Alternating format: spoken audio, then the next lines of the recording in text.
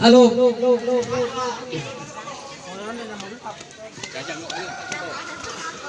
Ha ha ha, được rồi.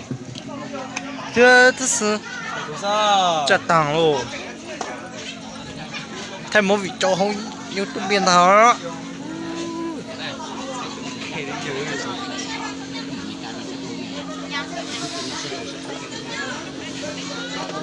Bài nhạc năm đấy.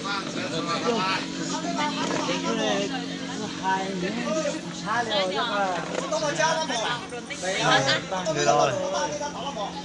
Còn bây giờ cũng làm chỗ nằm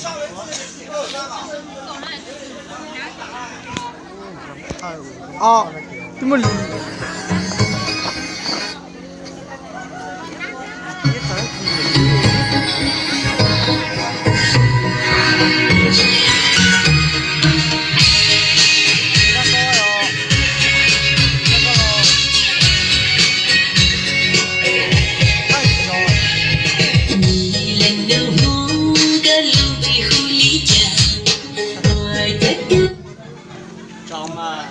cho mà cứ cho con cha mà tôi làm tớ à. Tôi thật sự là tớ à.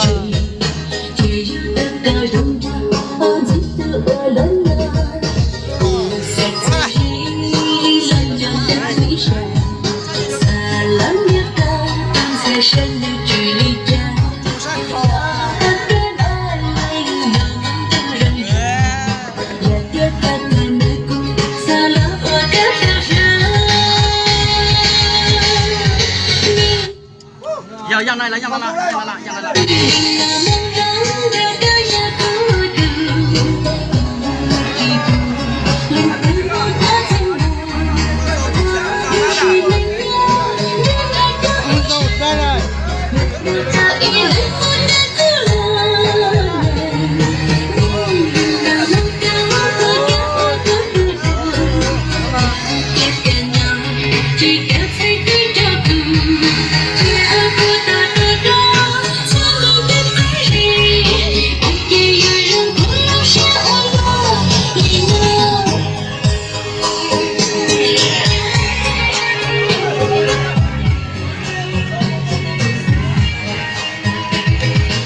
phê tuần này cho món là nó sao ạ?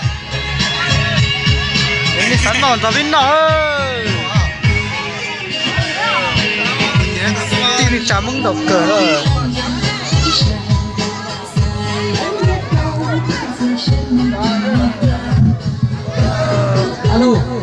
Alo, chúng tôi xin trân trọng kính mời anh Sùng ASEAN ở Lai Châu đã đến rồi. Đề nghị anh lên trên lễ hội này để chúng tôi được có điểm hiểu anh. Xin mời anh Sùng ASEAN. Alo, anh Sùng ASEAN, chúng tôi xin trân trọng kính mời anh Sùng ASEAN. Sùng ASEAN.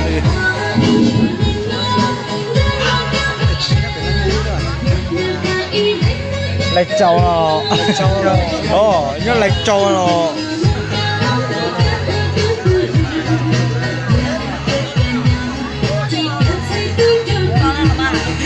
đã lên nhau to Không sợ.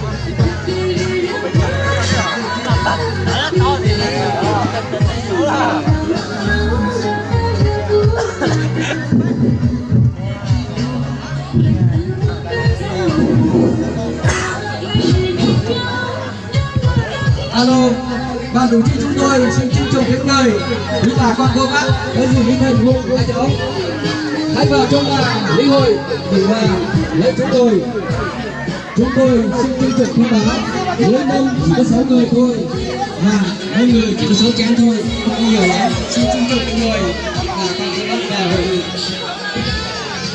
với thời gian không hạn chế theo không tính điều nhất từ giờ đến chiều hoặc ngày mai thì có điều đúng giờ. Xin trân trọng kính mời và ủng hộ chúng tôi.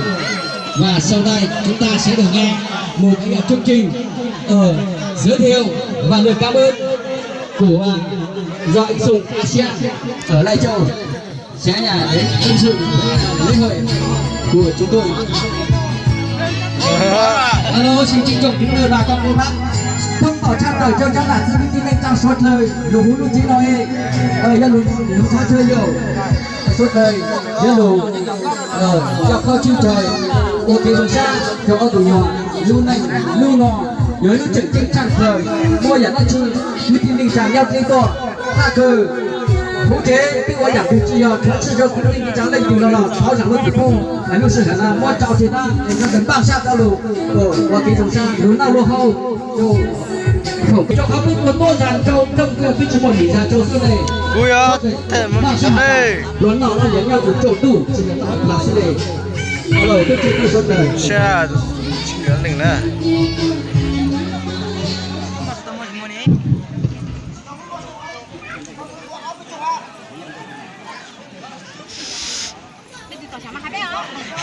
Tàu la. Cú mà cú quay video cú chọn lứa.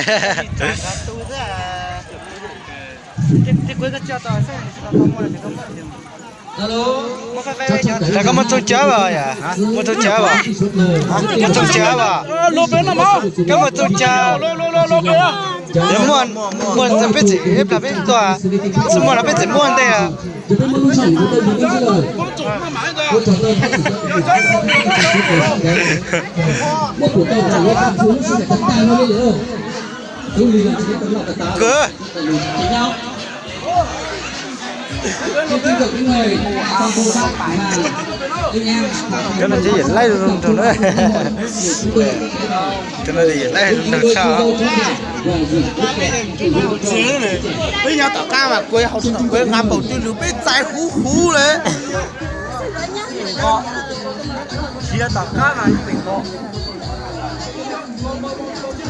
Và chúng tôi cũng xin thông báo lên cho cô dâu và chú rể hãy chuẩn bị tên đền nếu chưa bồi thường thì hãy bồi thường đi để chủ được lên trên để dịp cho cảm ơn cho toàn bộ bà con cô bác và xã hội của kinh tế xin trân trọng thông báo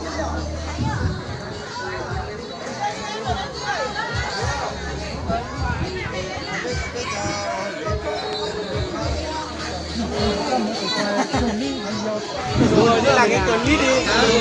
tôi xin cho hỏi cho điểm số Nhưng mà đây sao? một cái xe có trong luôn này sẽ cần được có chữ này Đấy là con đoạn clip làm đó.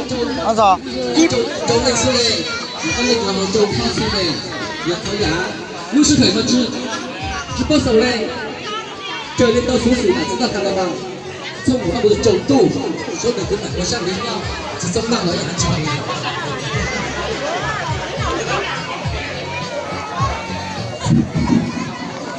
Sao? chúng tôi xin trân trọng những người Nó cầm mấy áo để thêm mấy cái đó. đến giờ buổi Tại mấy cứ tất tự ý là mấy cả hai. Mấy cả hai không? Mấy cả bờ hai vụ mà cái sao cầm mấy cả phở. Mấy cả hai giống tôi gửi em lên. Đó có 10 cái, hai có 10 cái là chỉ tao mua bữa tao cho tôi tụi nấu nè. xin cảm ơn Em tôi cần em tôi mất cỡ ra được đó. Đây ăn thì mình nhựa. Trả lên mày. Cú cái cổ hay là mà cú tua. Rồi.